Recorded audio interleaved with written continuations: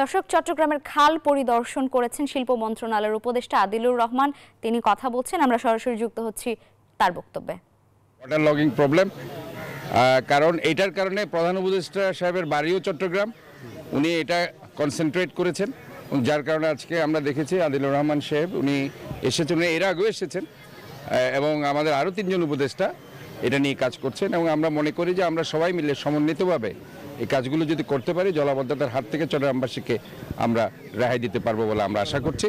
এবং আগে যেটা সমন্বয় ছিল না, এবার আমরা আসার পরে ধরেন মেয়র হিসেবে আসার পরে এবং আমাদের আদিলুর রহমান খান সাহেবরা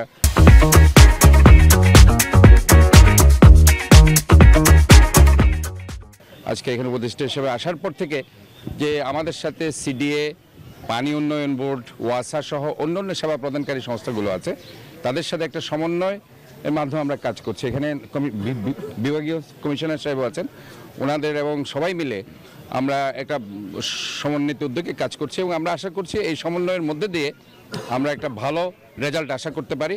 হয়তোবা এই মৌসুমে 40-50% আমরা পেতে পারি, কিন্তু আরও একটি বছর হয়তোবা সময় লাগবে 100% এটাকে ফলপ্রসূ করতে।